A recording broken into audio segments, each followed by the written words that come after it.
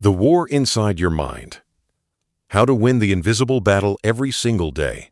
You ever feel like you're fighting something nobody else can see? You smile in public. You show up for work. You answer messages. You try to be okay. But deep down, you're exhausted. Not from what you're doing, but from what you're thinking. Every step forward feels like you're dragging 100 pounds of doubt behind you. Every quiet moment, your mind gets louder. It tells you what you're not, what you failed at, what you're missing. And the scariest part? Most people will never notice, because this battle isn't loud. It's silent. It doesn't scream. It whispers over and over again. You're not good enough. You're falling behind. You'll never be like them. It's the war inside your mind. And I want to tell you something right now. You're not alone. So many people are carrying a silent weight, performing life on the outside, but barely holding it together on the inside. You wake up tired, and you haven't even started your day. You scroll through wins you wish you had. You compare your real life to their highlight reels. You sit in rooms full of people and still feel invisible. And sometimes, without even realizing it, you begin to believe the lies in your own head. But let me say this clearly. Just because you hear the voice of doubt doesn't mean it's telling the truth. You are not lazy. You are not broken. You are not behind. You're just in a battle that requires different weapons. You see, no one teaches us how to fight this kind of war. They tell us to work harder, but not how to rest without guilt. They say, just be confident, but never explain how to rebuild trust in ourselves. They want results, but they don't understand the fight it takes just to get out of bed some days. You've been carrying your own mind like a battlefield, trying to walk forward while dodging mental landmines, negative thoughts, self-doubt, old wounds, future fear. It's heavy, but you're still here. You're listening to this right now, and that means something. It means part of you still believes in better. It means you haven't given up, and I want to honor that, because this isn't just a motivational speech. This is a conversation between me and you, one-on-one. This is not about pretending to be okay. It's about learning how to win inside so you can finally live free outside. This is about naming the invisible enemy. That voice that sounds like you, but isn't for you. That inner critic you've allowed to narrate your entire life. This is about interrupting that voice and replacing it with truth. The truth that you are powerful, capable, worthy of rest, peace, and success at the same time. The truth that you are not too late, you are not too old, and you haven't missed your shot. You've just been at war, and no one gave you the map until now. Because over the next few chapters, I'm going to walk with you through this fight. We're going to expose the hidden patterns that keep pulling you down. We'll break the mental habits that rob your peace. We'll build the kind of inner strength that lasts. And the best part? You won't need to change who you are. You'll just need to remember who you've always been, beneath the fear, the pressure, and the perfectionism. And you'll realize something powerful. The real you was never weak, just unarmed. So this is your armor. This is your training ground. This is where we fight back with clarity, confidence, and courage. No fluff, no filters, no toxic positivity, just raw, practical, daily truth. Because if you can learn how to win here, in your own mind, there's nothing out there you can't conquer. So take a deep breath. Let go of everything they told you you're supposed to be. And let's start building the version of you that's been waiting to break free. The world may never know how hard you fought to become the person you're about to become, but you will. And that will be enough. Let's begin. Chapter 1. The Invisible Enemy, How to Recognize the Thoughts That Are Not Yours. There's a voice in your head. That sounds like you, but it's not you.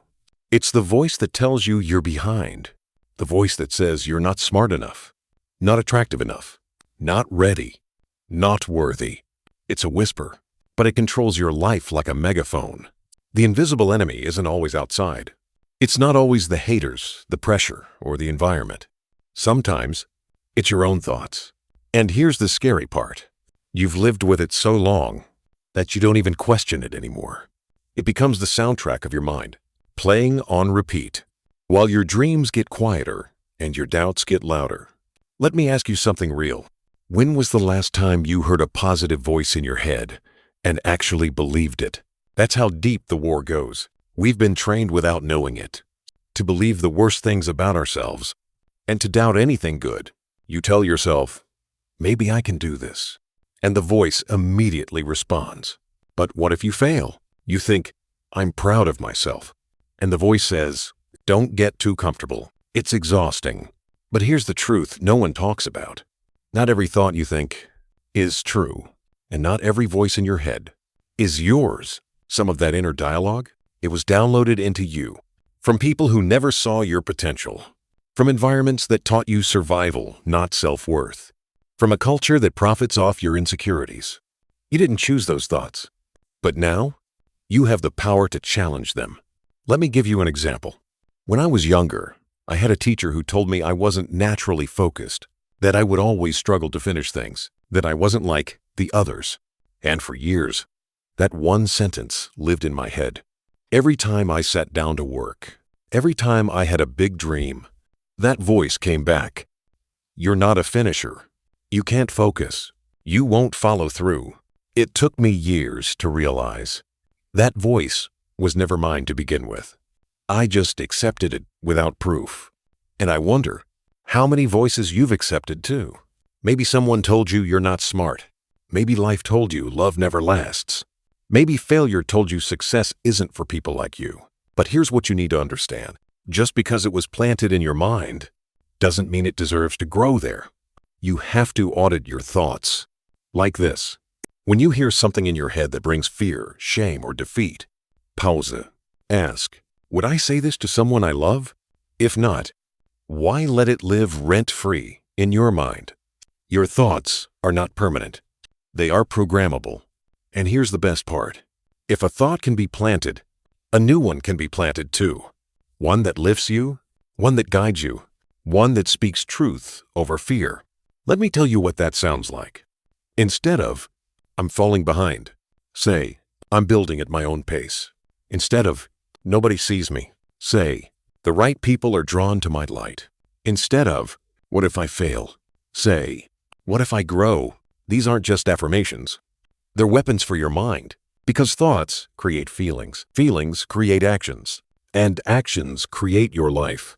So the war starts right here with what you believe about yourself.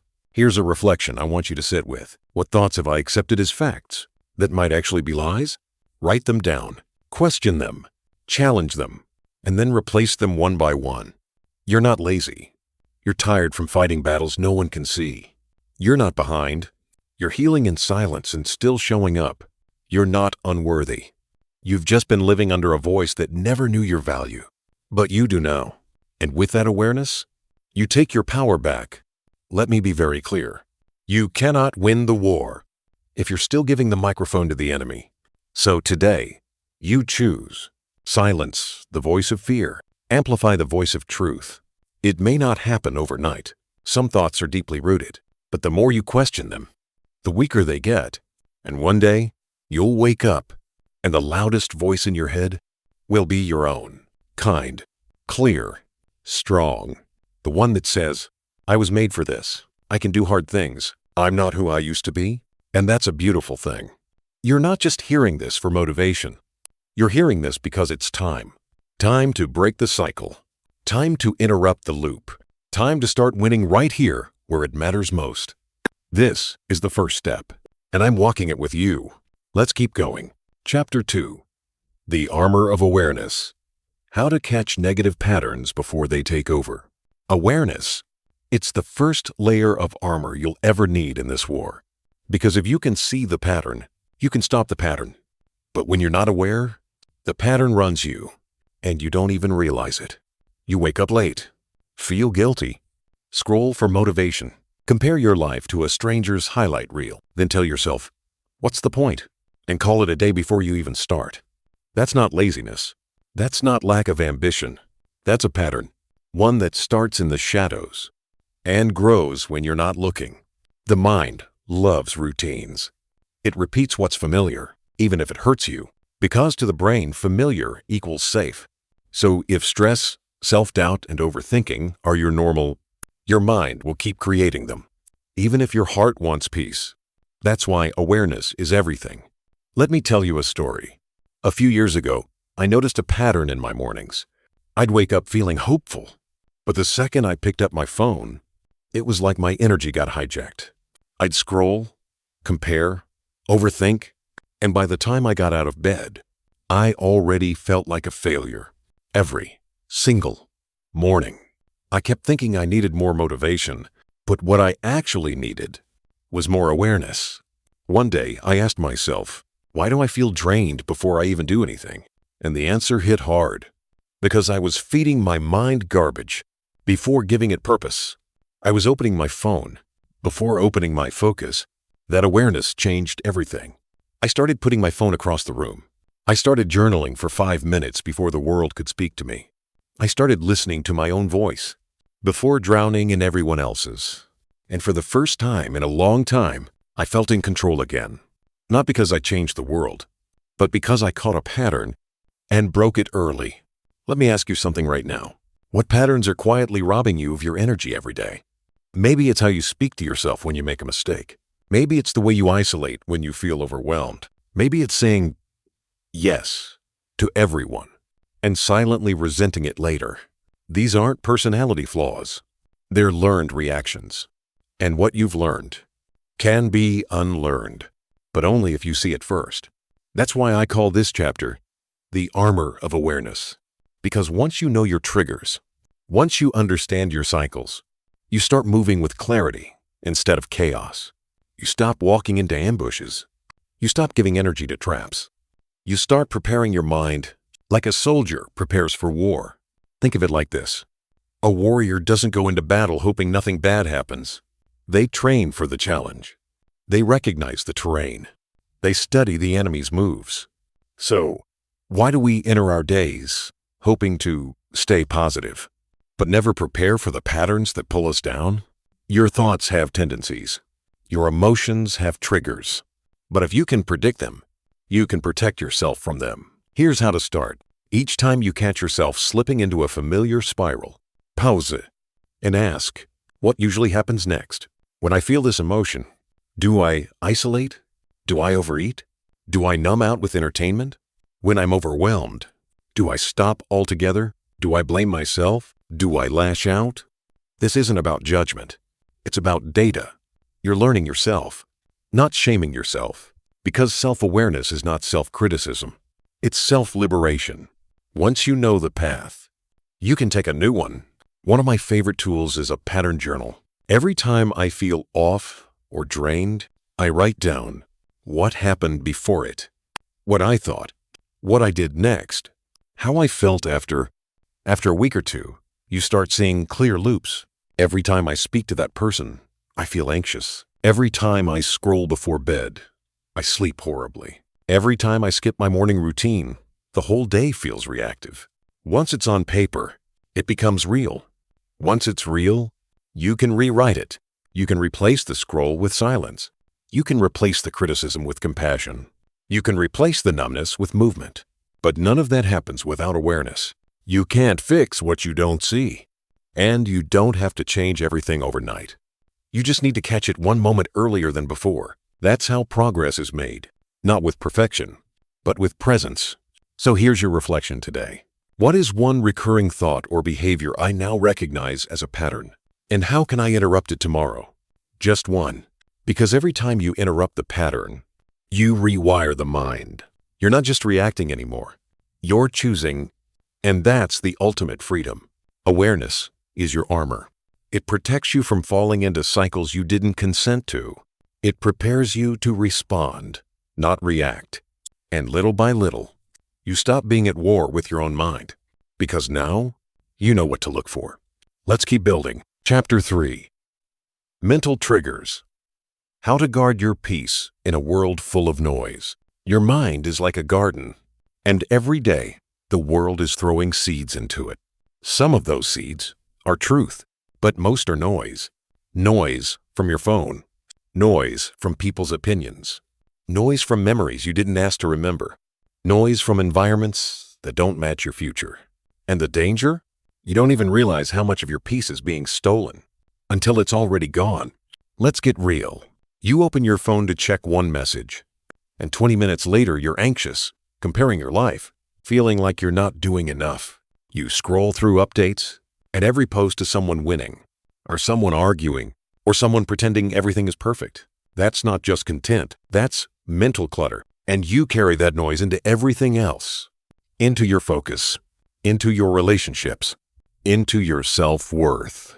It's like trying to think clearly while standing in the middle of a concert, too loud to hear your own voice. But here's the truth. Peace is not found. It's protected. You don't find peace by escaping the world.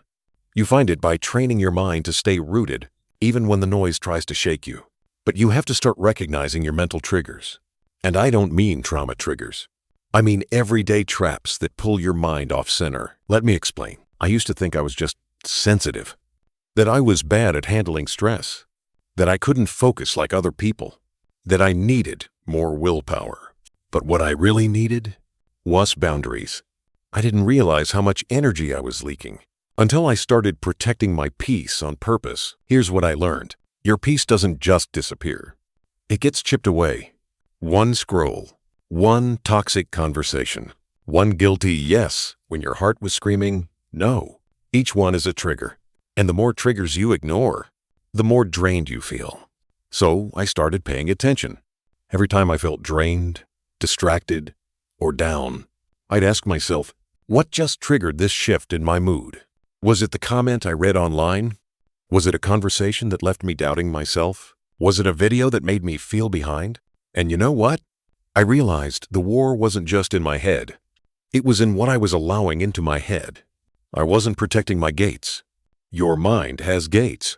And everything you see, hear, read, or watch either feeds your focus or drains it. So how do you guard your peace in a noisy world?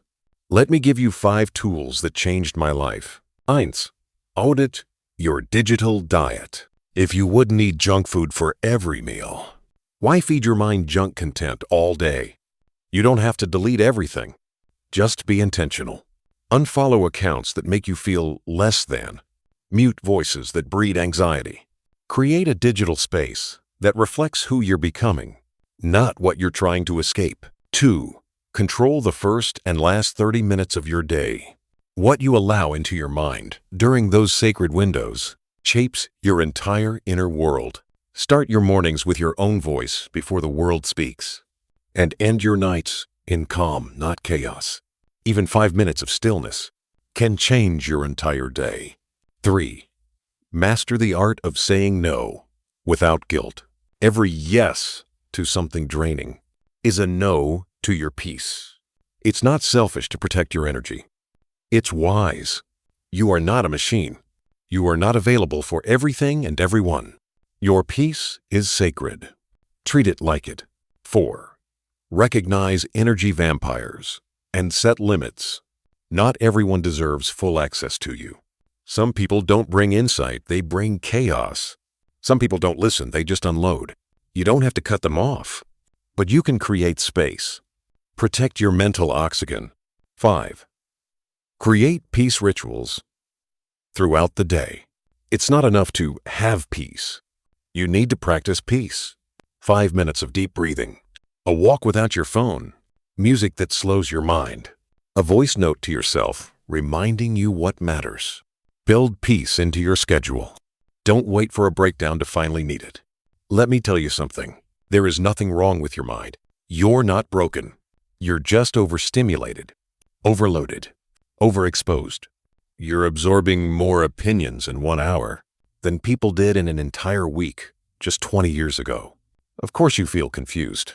Of course you feel behind. But now you know. And that changes everything. Because now you can take your power back. You don't have to respond to every message. You don't have to consume every piece of content. You don't have to be available 24/7. You are allowed to unplug so you can recharge. You are allowed to go silent so you can hear yourself again. You are allowed to protect your peace, even if no one else understands it. This isn't avoidance. This is discipline. This is survival. This is strategy, because the mind will always reflect what it's surrounded by. So surround it wisely. And when the world gets loud, retreat into your stillness. That's where your clarity lives. That's where your wisdom speaks. That's where peace waits for you, like an old friend. Now take a breath. Feel that? That's yours, and no one gets to take it from you. Let's keep going. Chapter 4. The Thought Loop Trap. How to break free from overthinking and mental paralysis. You ever feel like your mind is running a marathon, but your body hasn't even moved? Like you're thinking so much you can't actually do anything? That is the trap of overthinking. It's one of the most common mental battles we fight. And it doesn't always look like stress. Sometimes it looks like perfectionism. Sometimes it looks like hesitation. Sometimes it looks like endless preparation with no action. But at its root, overthinking is the fear of getting it wrong. So we sit, we spiral, we imagine every scenario, what they'll say, what might go wrong, what we might regret. And before we know it, we've wasted an hour, a day, a year, still waiting for the perfect moment to begin. Let me say this clearly. Overthinking is not the same as preparation. It's self-doubt in disguise. And I get it. You want to be ready. You want to get it right. You don't want to look foolish, or fail, or waste your effort. But here's the truth. The greatest waste of effort is doing nothing while thinking about everything. Let me tell you a story. There was a time in my life when I had an incredible idea for a business. I believed in it. I saw the potential. I even wrote down the steps. But instead of starting, I spent months researching, perfecting the logo, analyzing the market, doubting my timing. I had 10 versions of a plan and 0 action. And do you know what happened? Nothing. Not because I wasn't capable, but because I was trapped in the loop. Think, doubt, wait. Think again. Sound familiar? Here's why that happens. Your brain is designed to solve problems. But when you feed it the same question over and over, without action, it starts to eat itself alive. And the longer you stay in your head, the harder it is to trust your gut. You lose momentum. You lose clarity. You lose yourself. But there is a way out. It starts with one decision. Stop treating every thought like a fact. Just because you thought it doesn't mean it's real, or helpful, or necessary. Some thoughts are just noise. So when your brain starts spinning, what if it goes wrong? What if I'm not good enough? What if it's not the right time? Interrupt it. Out loud, if you have to. Say, thank you, brain. I hear you, but I'm choosing action today. That may sound silly, but it's powerful. Because your brain listens to your voice. And when you speak confidence, you break the loop. Here's another tool I use. The 3-second rule. When you have a thought to act, whether it's writing, reaching out, starting something, you have 3 seconds to begin. Not to finish, just to start. Send the message. Write the title. Put on your shoes. Open the document. Why? Because the longer you wait, the more your brain talks you out of it. Overthinking is like mental quicksand. The more you wiggle without action, the deeper you sink. But the moment you move, you break the grip. Let's go deeper. Overthinking often comes from one core belief. If I don't get it right, it's not worth doing. But let me reframe that. If I don't start messy, I'll never get good. Perfection isn't the goal. Progress is. Do you want to know what's better than a perfect plan? A bad plan that you actually follow. Because a bad plan leads to learning. Learning leads to clarity. Clarity leads to mastery. But waiting for clarity before starting? That's how dreams die quietly. Here's what I want you to practice. When you feel stuck in your head, ask yourself, what's one tiny action I can take right now without needing it to be perfect? Not in steps. Not the full project. Just one small movement. Because momentum kills overthinking. Once you act, your brain shifts gears from what if to what now. You stop worrying. You start building. And that, my friend, is freedom. Let me give you one more practice. 2. The thought ladder. When a thought spirals, climb it like a ladder. Start with the trigger. I'm scared to launch this. Then ask, what am I afraid of? What's the worst that could happen? Is that fear based on evidence or imagination? What's one thing I can control today? By the time you reach that last step, you've moved from anxiety to action. You're not a victim of your thoughts anymore. You're the leader. You're steering your mind. You're choosing the direction. You're building your courage one small step at a time. So here's your reflection today. Where in my life am I thinking too much and acting too little? And what's one micro action, just one, that I can take in the next 3 minutes? That's all it takes to start shifting the war. Because the real enemy wasn't the fear, it was the delay. But now you see it. Now you name it. And now you win. This is how we move forward. One clear choice. One quiet victory at a time. Chapter 5. Mindset over mood. How to stay disciplined when you don't feel like it. Let's be honest. Some days, you just don't feel like it. You don't feel like getting up. You don't feel like showing up. You don't feel like doing the thing you said you'd do. And here's what most people will tell you. Just stay motivated. But that's not realistic. Because motivation is like the weather. It changes depending on how you feel. And if your entire life is built on feeling ready, you'll be waiting forever. The truth is, the most powerful people in the world don't move by mood. They move by mindset. They've trained their minds to act on commitment, not emotion. Because emotions are fleeting. But standards? Standards will carry you through. Here's what I learned the hard way. The gap between where you are and where you want to be, it's filled with days you don't feel like it. And that's when the real battle begins. Not when you're excited, not when you're hyped up on goals, but when you're tired, uninspired, and no one is clapping for you. That's when you must decide, will I let my feelings lead, or will I let my focus win? Let me tell you a story. There was a time I promised myself I'd wake up every morning and write for 1 hour. Not for a paycheck, not for applause, just for discipline. And the first 3 days? Amazing. The 4th day? A little foggy. By day 7, I was looking for excuses. I'll do it later. It doesn't matter if I miss one day. I deserve to rest. Sound familiar? But here's the turning point. I realized something. My future doesn't care about how I feel. My goals don't adjust for my mood. So I stopped negotiating with my feelings, and I started listening to my standards. I made a simple rule. Do it anyway. Tired? Do it anyway. Busy? Do it anyway. Unmotivated? Do it anyway. Not perfectly. Not for hours. But just enough to prove to my mind, I am not my emotions. I am my habits. Because every time you show up, when you don't feel like it, you build a stronger version of you. You teach your brain that you don't need the perfect vibe. You just need to begin. Even small actions on off days, they compound. They create momentum. They whisper to your subconscious. We don't quit. We don't wait. We move. And that voice, that inner discipline, it becomes louder than your fear. So how do you actually build this? Let me give you the process I live by. 1, start with identity, not emotion. Before action comes identity. Ask yourself, who do I want to become? What would that version of me do right now? Not, how do I feel? But who am I becoming? Your future self must make decisions in your present moment. 1. Create a non-negotiable ritual. Pick one small thing you do no matter how you feel. 10 push-ups, 10 minutes of journaling, 10 pages of reading. It's not about the size. It's about the signal. You're telling your mind, I'm the kind of person who follows through. 23. Lower the activation barrier. The reason you don't start is because starting feels too big.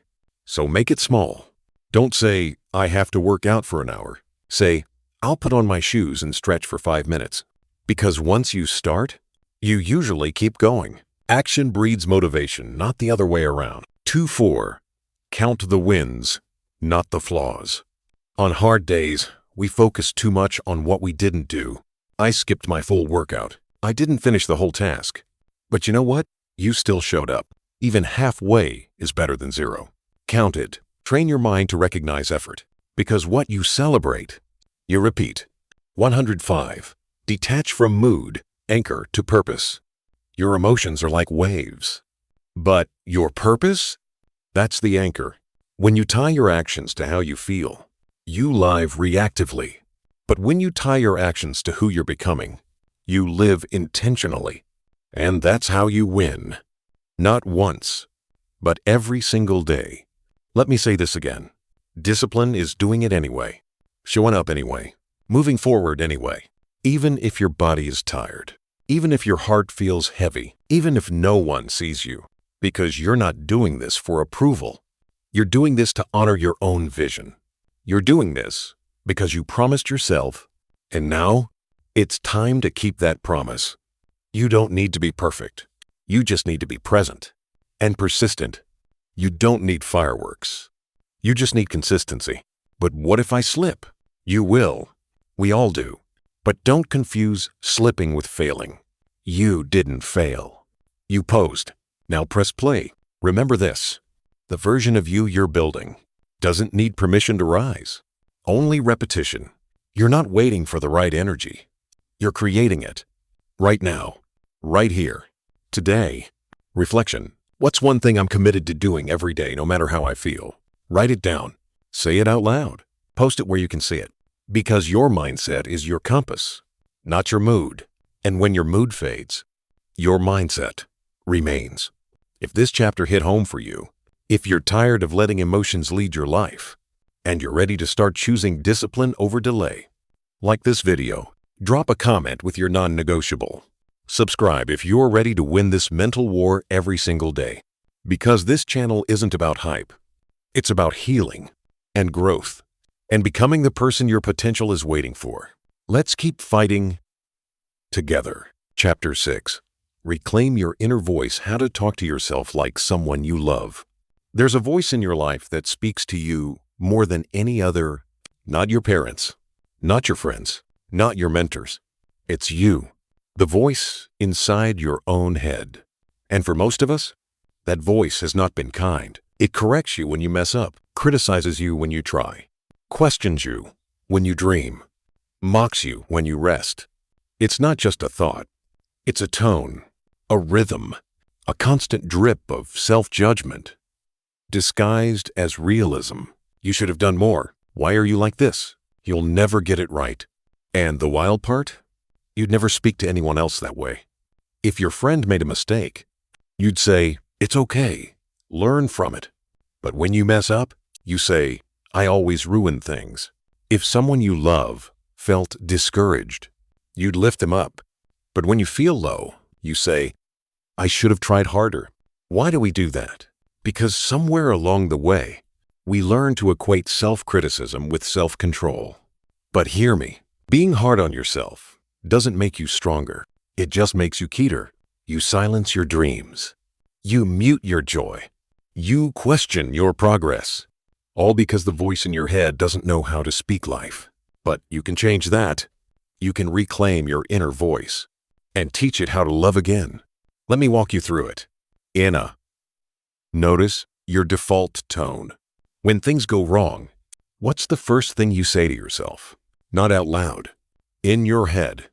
When you miss a deadline, when you overeat, when you get rejected, when you feel lost, is your inner voice passionate or punishing? Most of us run on an old script, a tone we picked up from childhood, our culture, or people who never understood us. That script becomes your mental soundtrack, playing on repeat, creating your emotional climate. But you can change the channel, and it starts by noticing, what's the tone of my inner voice when I'm not performing perfectly? Because that's when the truth shows up. 2. Speak to yourself like you would a child you love. If a little child came to you, crying, feeling like a failure, would you say, "Yeah, you should be ashamed of yourself"? No, you'd get down on their level. You'd listen. You'd hold them. You'd say, "It's okay. I've got you." Now let me ask you something hard. Why don't you speak to you that way? You don't need more pressure. You need more compassion. You don't need another lecture. You need love. The inner voice that scolds you, it's not discipline. It's fear. And fear is a terrible teacher. But love? Love builds. Love corrects without crushing. Love speaks truth with tenderness. You are allowed to correct yourself without condemning yourself. And yes, you can be both responsible and kind. In fact, that's where real strength lives. 23. Write your voice a new script. You don't have to stay stuck in an old pattern. You can write a new internal script line by line. Let me show you how. Take a moment. Write down 3 things you often say to yourself that are negative. For example, I'm so behind. Nobody sees my effort. I always mess up. Now, rewrite each one. Like this. I'm moving at my own pace. I'm building something real. I show up daily. And that's powerful, even if no one claps. I learn through every mistake. I'm growing stronger every day. These aren't cheesy affirmations. They're mental reprogramming. You're replacing self-attack with self-leadership. And your brain listens. 24. Give yourself the apology you've been waiting for. Maybe no one ever told you this, but I will. I'm sorry. I'm sorry for the way you've been speaking to yourself, for the way you've blamed yourself for everything, for the way you've carried guilt like a second skin. I'm sorry that no one taught you emotional safety, that no one modeled what grace looks like under pressure, that your inner voice learned how to punish before it learned how to nurture. But now, you get to reparent yourself. You get to build an inner environment that feels like home. Safe, supportive, honest, but gentle. You are worthy of kindness, especially from you. 25. Say this out loud every day for 7 days straight. I'm learning to speak to myself with love. I don't need to be perfect to be valuable. I am allowed to grow at my own pace. My voice is changing, and so is my life. It might feel strange at first, but that's okay. You've spent years developing the wrong voice. A few awkward days is worth rewriting your entire narrative. Let me tell you this. The war inside your mind isn't always about doing more. Sometimes it's about healing the voice that's been hurting you. The loudest critic in your life might be living in your own head, but now you know, and that means you can change it. From now on, no more bullying yourself into greatness. No more mistaking shame for structure. No more weaponizing your thoughts against your peace. You are not your mistakes. You are not your past. You are not the voice that hurt you. You are the author now. And your next chapter sounds a whole lot kinder. Reflection. What is one thing I say to myself often that I will now choose to rewrite with love? Think about it. Write it down. Practice it. Because your voice shapes your reality. And when that voice becomes softer, your life becomes looter. Call to action. If this chapter touched something inside you, if you're ready to stop being your own worst critic and start becoming your own greatest coach, comment below. What's one kind thing I'll start saying to myself? Like this video if it helped shift your mindset. Subscribe to keep growing, healing, and building this mental discipline together. The world may speak to you with judgment, but in here, we speak with love. Chapter 7. Emotional Endurance. How to stay strong when life gets heavy. Some battles, you don't win by being faster, smarter, or more talented. You win by not giving up. You win by outlasting the storm. That's what emotional endurance is. It's not about avoiding struggle. It's about learning how to stand while it rains. It's the quiet kind of strength. The strength no one sees. The strength that holds you up when everything feels like it's falling apart. Let's be honest. Life doesn't always wait for you to feel ready. It doesn't ask if today is convenient. It doesn't pause just because you're tired. Sometimes, life hits hard. And when it does, you have 2 choices. Break down or build endurance. That doesn't mean you never cry. That doesn't mean you fake being okay. Endurance isn't pretending. It's persisting. It's showing up again, even when the weight in your chest feels like a brick. It's choosing one more step forward, even when your hope feels thin. It's telling yourself, this moment may be heavy, but it's not the end. Let me share something personal with you. There was a season in my life where everything felt like it was slipping. A lost opportunity, a financial setback, a friendship I thought would last forever, suddenly didn't. And on top of that, I still had to function. Still had to work, still had to show up in the world. But inside, I was unraveling. And that's when I learned strength is not about how much you carry. It's about how long you keep carrying without losing your soul. So how do you develop emotional endurance? Let me break it down for you. Taguan 1. Accept what is without collapsing under it. You don't build endurance by denying the weight. You build it by acknowledging it and carrying it anyway. Say it out loud. This is heavy, but I'm still here. Don't minimize what you're carrying. Validate it. Then breathe and take the next small step. You don't have to carry it all at once. You just need to stay moving. 2. Stop measuring progress by feelings alone. On the hard days, your emotions will lie to you. They'll say, you're not doing enough. You're not getting better. You're still stuck. But growth doesn't always feel like growth. Sometimes it feels like surviving. Sometimes it feels like just making it to the end of the day. That counts. You are allowed to measure progress in heartbeats, in deep breaths, in the fact that you didn't quit. Endurance isn't loud. It's subtle. And every step you take counts. Chapter 3. Anchor to a why that's bigger than the pain.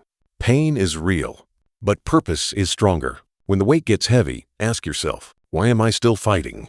Maybe it's your kids. Maybe it's a vision. Maybe it's a version of you you've never met yet. But you're fighting to become whatever it is. Hold on to it. Your why is your emotional oxygen. When the pain suffocates, your why will keep you breathing. 2-4. Release the shame of being tired. Being tired doesn't mean you're weak. It means you've been strong for too long without rest. Let go of the guilt.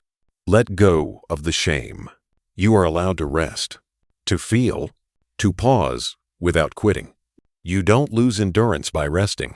You build it, because recovery is part of the process. And rest is not retreat, it's reinforcement. 1-5.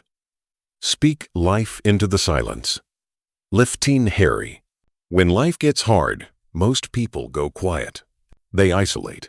They disappear. They suffer silently. But silence is a dangerous place. If you don't fill it with truth, so talk to yourself in the silence. Say, I've made it through worse. This is not the end of my story. I don't see the finish line yet, but I'm still moving. Fill the silence with strength. Fill it with your voice. Because silence doesn't mean surrender. It means space. To recalibrate. To rebuild. To rise. Let me tell you something important. There will be days where you won't recognize your own strength, but I promise you, it's there. It shows up in the way you keep showing up, in the way you care, even when your heart is heavy, in the way you keep reaching, even when your arms are tired. That's endurance. That's not weakness. That's warrior energy. You are not fragile. You are not failing. You are fortifying. One step at a time, one deep breath at a time, one moment of honesty at a time. And if today feels like too much, that's okay. You don't have to climb the whole mountain today. Just don't go back down. Stay right where you are. Rest if you must, but don't retreat. You're stronger than you think, even if you don't feel it yet. Because strength isn't something you wait for. It's something you build. And every hard moment you keep walking through is one more layer of emotional armor. One more stone in the foundation of your future. So, if you've been wondering, how do I keep going? Here's your answer. Slow, but steady. Soft, but unshakable. You keep going by remembering that what's inside you is bigger than what's around you. That's how you endure. That's how you win. That's how you rise. Chapter 8. The Power of Focus. How to train your mind to block out the noise and lock into your goals.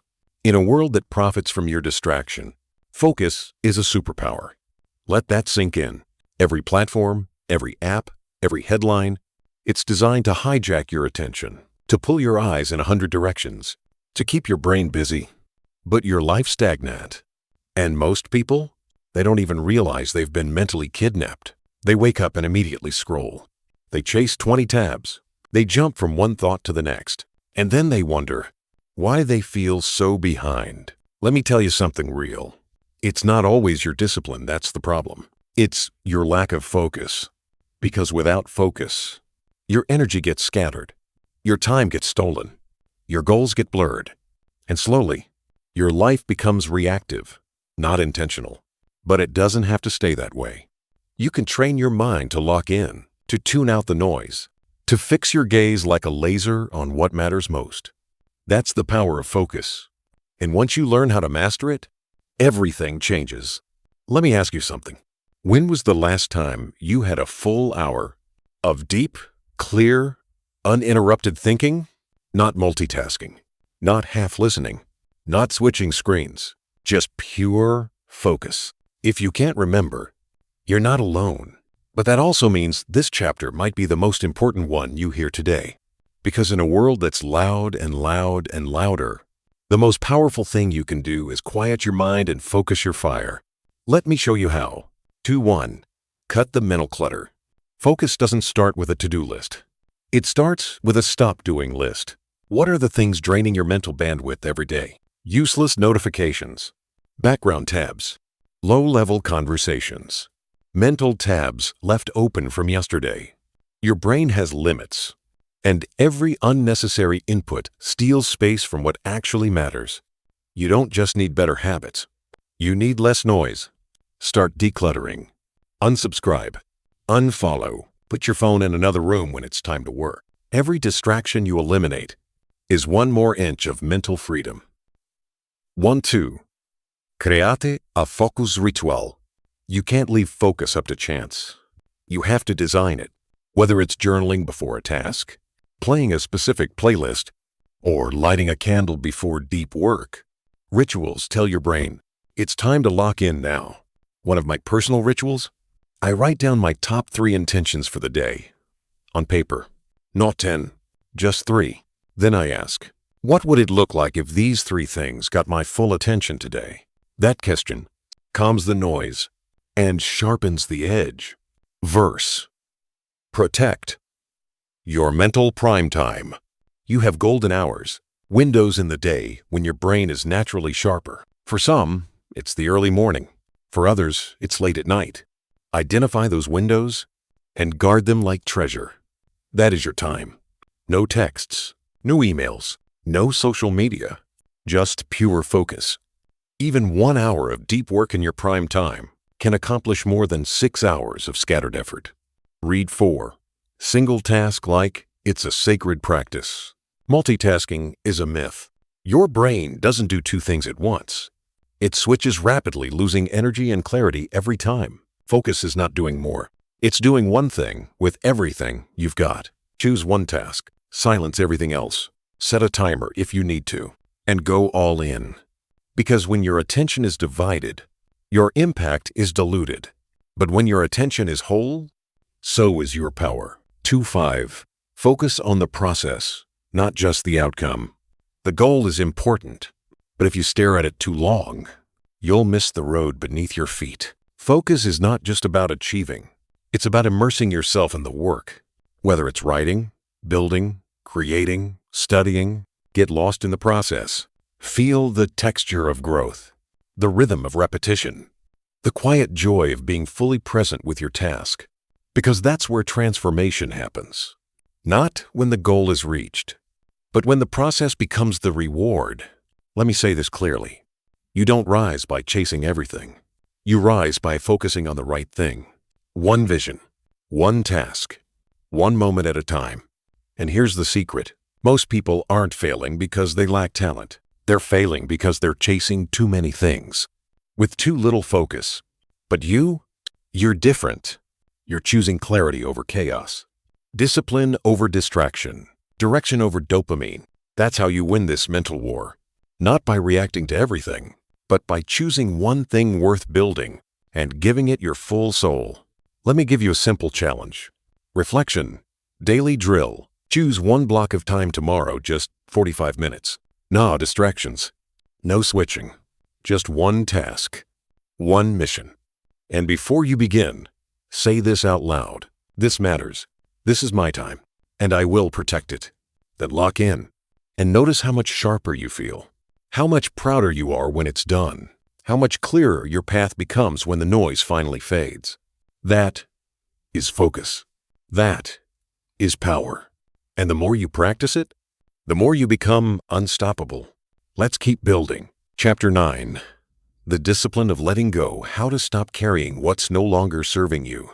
We talk a lot about discipline in terms of grinding, pushing, working harder, but sometimes the greatest form of discipline is the discipline to let go. Let go of what's draining you.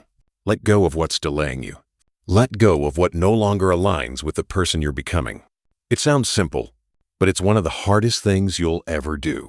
Because we don't just hold on to things, we build identity around them. That job you hate, you hold on because it makes you feel secure. That relationship that's long expired, you stay because it feels familiar. That belief that keeps you playing small, you keep repeating it because it's comfortable. But here's the truth. If you want to rise, you have to release, because every step forward requires you to drop something from your past. And sometimes that something isn't a thing.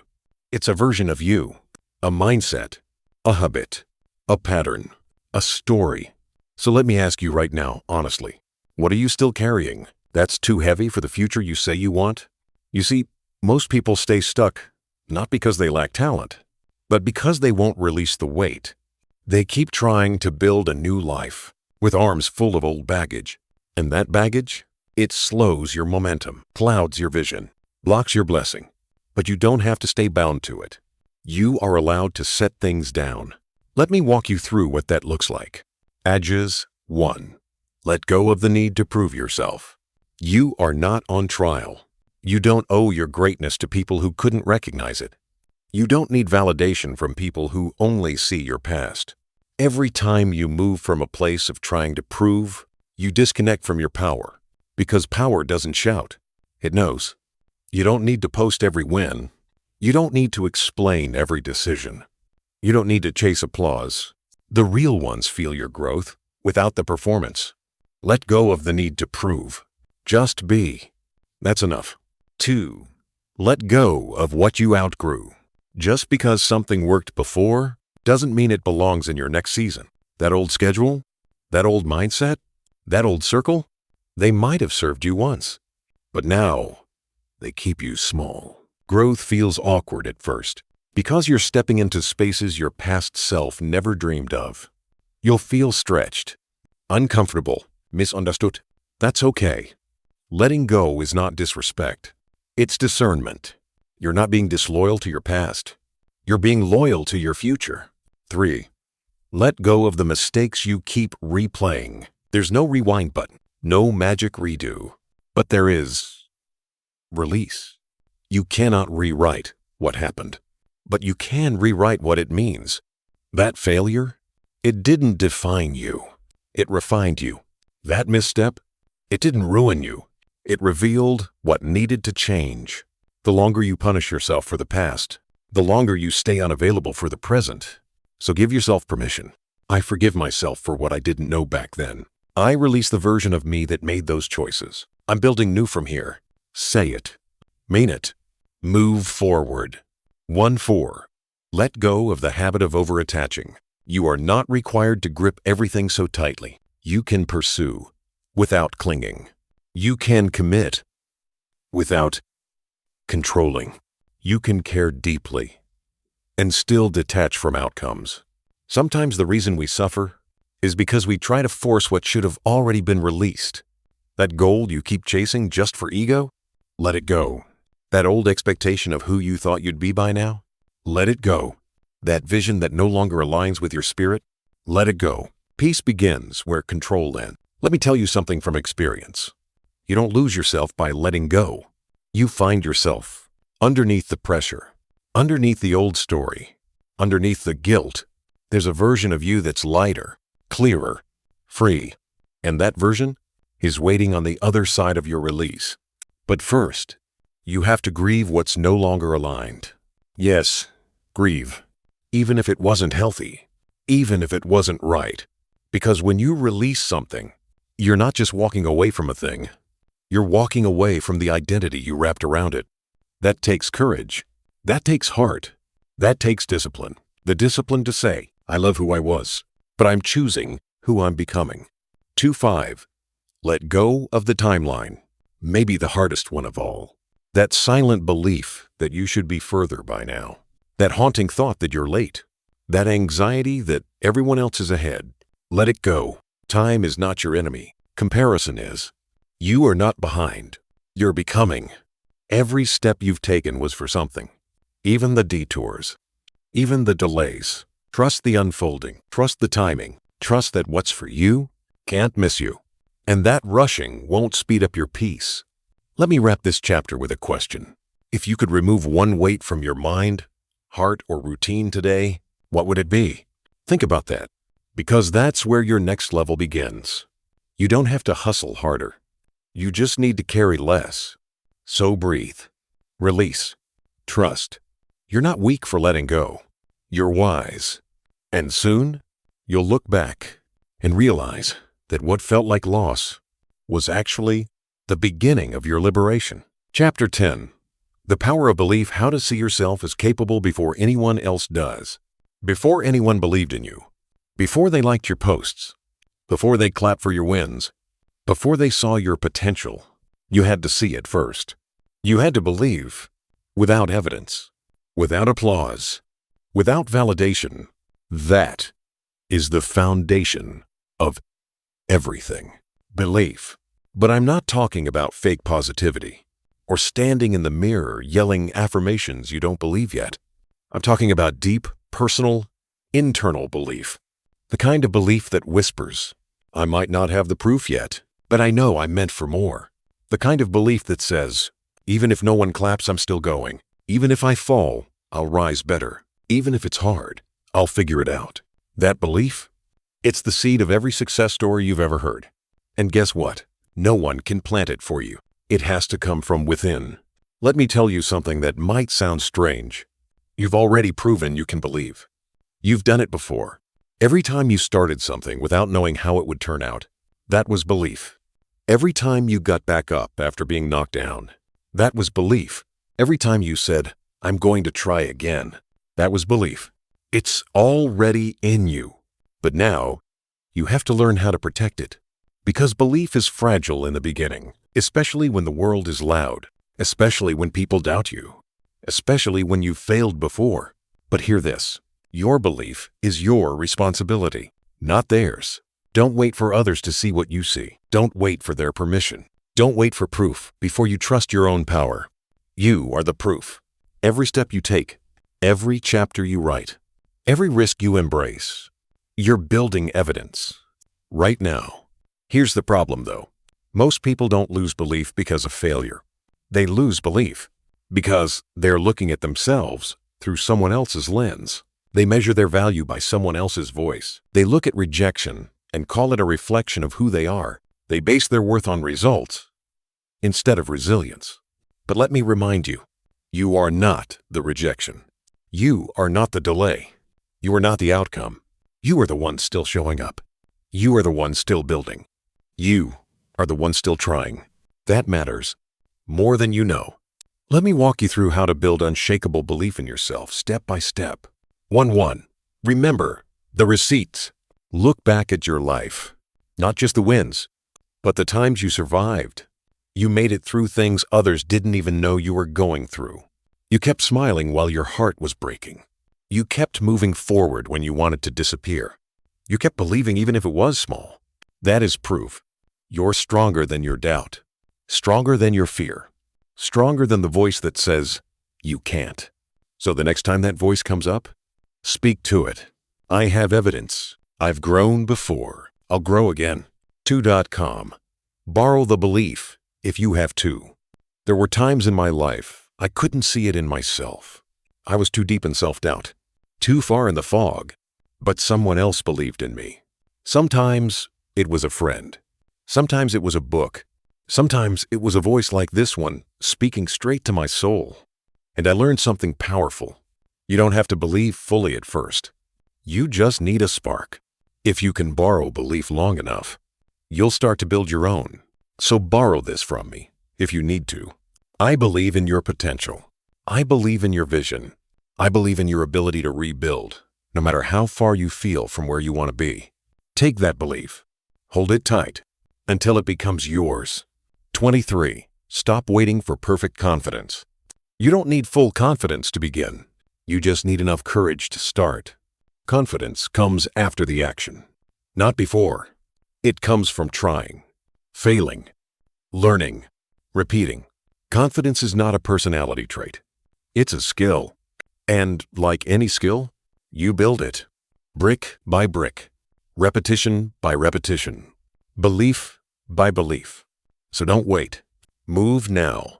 Scared if you must, uncertain if you must, but move. Because every move confirms your identity as someone who believes in themselves even when it's hard. 1 through 2. Write a new belief statement. This is a powerful exercise. Write one sentence that defines the new belief you're choosing to carry. Something like, I am the kind of person who finishes what I start. I am becoming stronger every single day. I was built to overcome and outlast. I create value. I create solutions. I create change. Write it. Repeat it. Feel it. Even if you don't fully believe it yet, keep saying it, because repetition builds identity, and identity shapes behavior, and behavior confirms belief. It starts with words, your own voice, becoming your greatest weapon. Let me tell you this, and I want you to hear it in your heart. You were never meant to live in fear. You were never meant to live beneath your calling. You were never meant to shrink just to fit someone else's comfort zone. You were born with a spark, a vision, a gift. And just because it's been buried under doubt, distractions, or disappointment, doesn't mean it's gone. It just needs to be remembered. And belief is how you remember. Belief is how you say, even if the world forgot who I am, I didn't. Even if I got lost for a while, I'm finding my way back. Even if no one claps, I will not sit in silence. Because this is your life, and no one else can believe in it for you. Not like you can. So start now. Speak life. Own your worth. Walk with power. Even if your voice shakes. Even if your hands tremble. Believe anyway. And one day soon, the world will start to see what you knew all along. Let's keep going. Chapter 11. Discipline is a love language. How to keep promises to yourself when no one's watching. Let's flip the script. What if I told you, discipline isn't punishment? It's not pressure? It's not restriction? What if I told you, discipline is a love language? The way you eat, the way you speak to yourself, the way you manage your time, the way you show up when no one is clapping, that's self-respect in motion. That's love disguised as structure. You see, we often associate love with softness, comfort, ease. But real love protects. It nurtures. It holds you accountable. It keeps you aligned with what matters even when it's hard. And that's exactly what discipline does. Discipline says, I care about my future self too much to let my present self sabotage it. Discipline says, I believe in this dream enough to act like it matters, even on the days I don't feel it.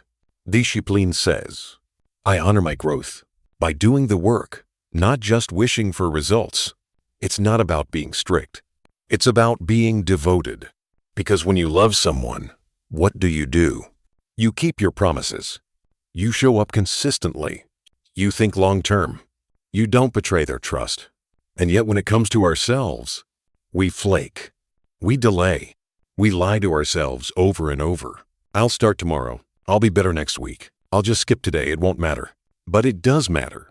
Because every broken promise to yourself leaves a crack in your self-trust. And if you don't trust yourself, you'll never believe you can change. Let me be real with you. There were years of my life when I couldn't trust me. I would say, I'm going to wake up early. And I'd sleep in. I'd say, this is the year I get healthy. Then binge all weekend. I'd say, I'm going to build that business. And then scroll for hours doing nothing. And over time, I started to believe that my words didn't mean anything. Not because I was lazy, not because I didn't care, but because I had normalized breaking promises to myself. And here's the thing, no amount of outside success can heal the pain of internal betrayal. But you can change that. Starting today, you can rebuild trust with yourself. You can learn to treat your time, your energy, your life, like it matters. Not out of guilt, not out of shame, but out of love.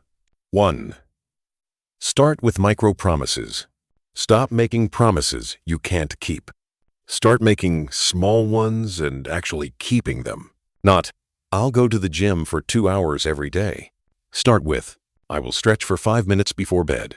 Not, I'll never eat sugar again. Start with, I'll drink 1 full glass of water before I eat anything today. Why? Because micro-promises are manageable. And every time you keep one, your brain says, we follow through now. This is who we are. That's how you build momentum brick by brick. 2. Attach your discipline to a bigger purpose. Discipline without purpose feels like punishment, but discipline with purpose, that feels like devotion. You're not just waking up early, you're honoring your vision. You're not just saying no to distractions, you're protecting your future. You're not just doing hard things, you're practicing love with action. Ask yourself, who am I becoming through this habit? Let that identity drive you. Not guilt, not shame, but purpose. 1-3. Make it sacred, not just scheduled. Don't treat your daily commitments like chores. Treat them like rituals. Create an atmosphere. Play a song. Light a candle. Put your phone on silent. Remind yourself, this moment is sacred. It's for me, and I show up no matter what. Because when you ritualize discipline, you transform it from something you have to do into something you get to do. 1-4. Keep it private at first. Sometimes we sabotage our progress by publicizing it too soon. We announce our goals for validation, not accountability, but real discipline is built in silence. When no one is watching, when there's no applause, when it's just you and the choice. Keep your promise quietly. Let your results speak loudly. FM. Forgive yourself and recommit. You will fall. You will slip. You will break your own promises sometimes. But don't live in guilt. Don't let one mistake become a mindset. When you fall, say this, I forgive myself. I understand why I slipped. I am recommitted starting now. And then move. That's discipline. That's maturity. That's self-love in action. Let me say something you might have never heard before. You are worthy of being consistent. Not because you're perfect, but because your life matters. Your future matters. Your peace matters. And the most loving thing you can do for your future self is show up for them today. Even if it's boring, even if it's quiet, even if no one claps, because your future self will look back one day and say, thank you. Thank you for not quitting. Thank you for not ghosting me. Thank you for being loyal when no one else could see the vision. So from now on, this is how we speak. I keep my word. I protect my peace. I don't negotiate with excuses. I don't need hype, I need habits. Because this is the war inside your mind. The choice between what's easy now and what's worth it later. And you're choosing love through discipline, through structure, through silent victories. And that's real power. Chapter 12. Consistency wins the war. Why repetition is more powerful than inspiration. We all love inspiration. That spark, that rush, that moment where everything feels possible. You hear a powerful quote. You watch a video. You read a line that hits you in the soul. And suddenly, you're ready to change your life. And don't get me wrong, inspiration matters. But here's the truth no one talks about. Inspiration fades. Repetition builds. Motivation will get you excited. But consistency will change your life. Because this isn't about hype. This is about habits. It's not about how loud you start. It's about how steady you keep going. Long after the hype wears off. Let me say something bold. The greatest transformation in your life will not come from what you do once in a while. It will come from what you do over and over again. The small choices, the repeated patterns, the quiet routines, the daily disciplines. Repetition is the seed of mastery. And yet, most people give up way too soon. They try for a week. Then life gets hard. The spark fades. And they say, maybe this just isn't for me. But let me tell you, it's not that the vision wasn't real. It's that the expectation was unrealistic. They wanted fireworks. But what they needed was faithfulness. Faithfulness to the process, to the rhythm, to the work that doesn't always feel exciting. Think of it like this. A seed planted in the soil doesn't become a tree overnight. It grows because of repetition. Daily sunlight, daily water, daily nourishment. Not once, not when it feels good, every single day. And the same is true for your goals, your healing, your discipline, your mindset. It doesn't come from intense bursts. It comes from daily deposits. So, if you feel stuck, ask yourself, what small action have I been ignoring because it didn't feel exciting enough? Because that's the action that's probably been holding the key. Let me give you some real talk. I didn't change my life by doing big things. I changed my life by doing boring things consistently. Waking up earlier, drinking more water, saying no when it was easier to say yes, repeating mantras when my mind wanted to spiral. It wasn't glamorous, but it was effective. Because repetition builds identity, and identity creates momentum. Let me break this down practically. 1. Pick a small, repeatable action. It could be 10 minutes of journaling, 20 push-ups, 1 page of reading, preparing your meals the night before, 1 text to someone you love, a daily check-in with yourself before bed. The action doesn't need to be massive. It just needs to be done repeatedly. Because small, consistent actions create massive inner shifts. 2. Tie it to a meaningful identity. Instead of saying, I'm trying to write every day, say, I'm a writer, and writers write. Instead of saying, I'm trying to eat healthy, say, I'm someone who respects my body.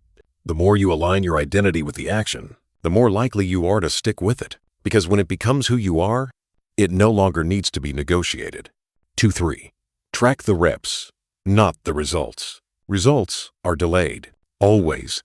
But reps, you can control that. So, instead of asking, did I lose weight? Ask, did I move my body today? Instead of, did I go viral? Ask, did I create something today? Because the scoreboard will eventually reflect your reps. But only if you stay in the game. Thought through. Don't romanticize consistency, respect it. You won't always feel proud. You won't always feel progress. You won't always feel anything. That's okay. It's not about romance. It's about respect. You respect yourself enough to show up no matter the mood. And that kind of consistency, that becomes your armor. Have a plan for off days. Consistency doesn't mean perfection. You'll get sick. You'll get tired. You'll get discouraged. So build a plan for those moments. Something like, on my worst days, I will still do 10% of the plan. That way, you never break the chain. You reinforce the habit even when life doesn't cooperate. That's not weakness. That's wisdom. Let me ask you something. What's one thing you could repeat daily that would change everything over time? Because the compound effect of your habits will outwork your emotions, your opinions, and even your fear. You don't need to feel inspired every day. You just need to stay committed. Your growth is not hiding behind motivation. It's hiding behind repetition. Here's the truth. You are not missing potential. You're missing consistency. But that changes now. Because now you understand, discipline gets you started. Consistency keeps you going. Repetition rewires your identity. And identity leads to transformation. This is the long game. This is how you win the war inside your mind. One small, repeated act of alignment at a time. So choose your practice. Honor it. Show up for it. Even when you're tired. Even when you're uninspired. Even when no one sees. Because your future self, they're counting on you. And with every quiet repetition, you're becoming them. Chapter 13. The Quiet Victory: How to Stay Mentally Strong When No One Is Cheering. Let's talk about something we all feel, but rarely admit. The loneliness of growth. You're showing up. You're doing the inner work. You're changing routines, building discipline, silencing the noise. But no one sees it. There's no applause. No validation. No one asking, how's your progress? No one clapping when you choose the hard thing over the easy one. And it starts to hit you. Am I even getting better if no one notices? You look around, and it feels like everyone else is celebrated, while you're out here in silence, grinding, healing, growing. alone. But hear me clearly. Not all victories are loud. Some of the most powerful wins are quiet. The moment you didn't react, the night you journaled instead of spiraling, the morning you chose structure over chaos, the decision you made in private that protected your peace in public. That is a quiet victory. And it counts, maybe more than anything else. Let me remind you of something. The war inside your mind, it's not a stadium. It's not a stage. It's a wilderness. You don't win it with an audience. You win it in the dark, in the early morning, in the silence, when no one's watching, when no one's cheering, when you have every reason to quit, but you don't. That's where the strongest parts of you are built. I've lived this. There were seasons of my life when I was showing up daily, reading, writing, healing, praying, rebuilding, and no one knew. There were no likes, no "you're killing it" texts. Just me and my decision to become the kind of person I needed, even when no one else understood it. And I'll be honest, it hurt sometimes to be unseen, to wonder if the growth was even real. But then one day, I looked in the mirror and I didn't see the same person anymore. I saw strength. I saw clarity. I saw peace. That's when I realized the validation I was chasing from the world was something I needed to give myself. So if you're in that place right now, the quiet season, the "I'm doing the work but no one sees me" season, please don't give up. You are not invisible. You are being rebuilt. And just because it's silent doesn't mean it's not sacred. Let me give you 5 truths to hold on to when the path feels lonely. 1. Progress is internal before it's external. The world celebrates results, before and afters, visible milestones. But real change? It starts in your inner world. You don't see the thoughts you're changing, the habits you're breaking, the triggers you're managing, but that doesn't make them any less powerful. The roots are growing before the fruit ever shows. Honor that. 2. Not everyone is meant to witness your becoming. Some growth isn't meant to be posted. Some healing isn't meant to be shared. Some parts of your journey are for you and God alone, and that's okay. You don't owe the world updates on your soul. Move in silence. Let your peace do the talking. 3. You don't need applause to be aligned. Let go of the pressure to be seen. You're not doing this for claps. You're doing it because you finally respect yourself enough to follow through, because your mental peace is louder than any praise, and your alignment will outlast any attention. 4. Your mind remembers every time you show up. You may not see the difference day to day, but your brain remembers. Every time you chose courage over comfort, it rewired something inside you.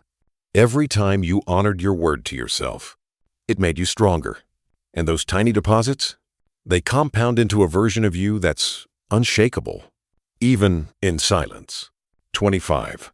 This is where legacy is built. Not in the spotlight, not in the big wins, but here, in the dark, in the quiet, in the lonely moments where you chose discipline, when you could have chosen ease. This is where champions are made.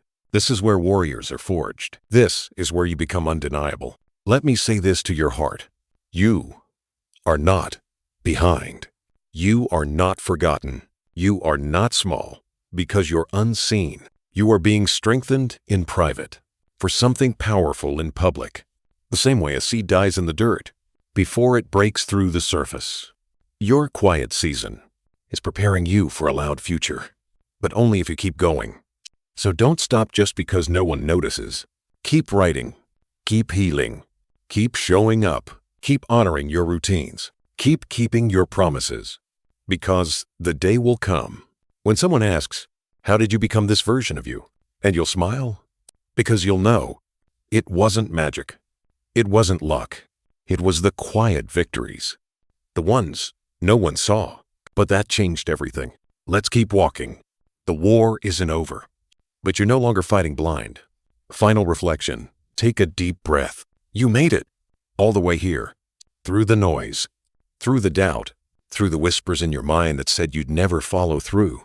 But here you are, listening to the very end, not just consuming content, but changing because of it. And that means something. It means you're not just interested in healing.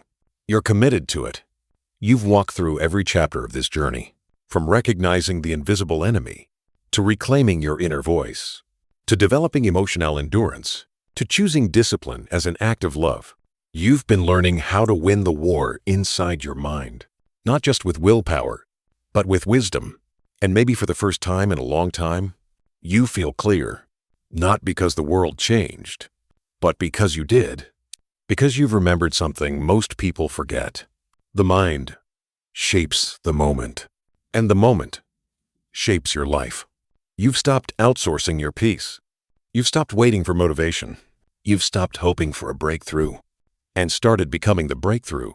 That's what this has always been about.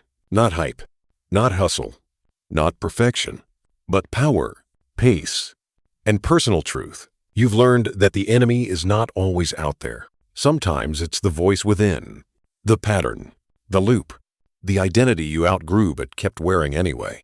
You've learned that every thought is either building you or breaking you. You've learned that awareness is armor. That focus is a weapon. That repetition is strength. That silence can be sacred. And that showing up even without applause is one of the most powerful things you'll ever do.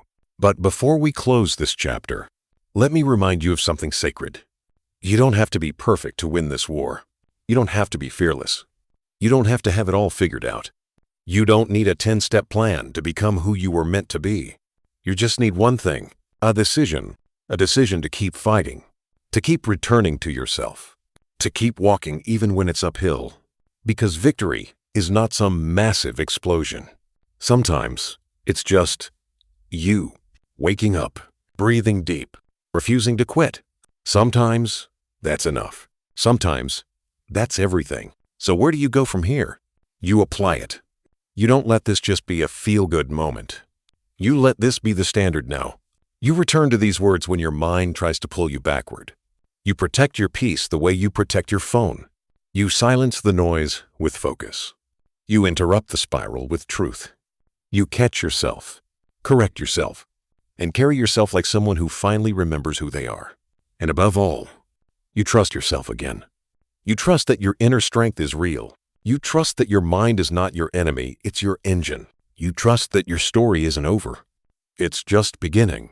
No matter how long you've been stuck, how many times you've started and stopped, how far behind you feel, it doesn't matter, because now you have tools. You have awareness. You have identity. And most of all, you have belief. You're not waiting for someone to save you. You're not hoping life gets easier. You're getting stronger every single day. And that's how you win. Let me say this one last time directly to your heart. You are not your past. You are not your pain. You are not your mistakes. You are not your fear. You are potential. You are power. You are purpose in human form. The world will not always see it, but you must never forget it. You've walked through the fire. Now walk like you survived it. This is your new beginning. This is your mental freedom. This is the day you stop doubting your strength and start living from it. If this journey spoke to your soul, if it gave you something you didn't even know you needed, like this video, drop a comment and tell me which chapter hit you the hardest. Subscribe if you're ready to keep growing, healing, and evolving every single day. And if you're already subscribed, share this with someone who's silently struggling, fighting their own invisible war. Let them know they're not alone, they're not broken, and they don't have to fight blind anymore. We're in this together. Welcome to your comeback. Let's keep walking one powerful step at a time.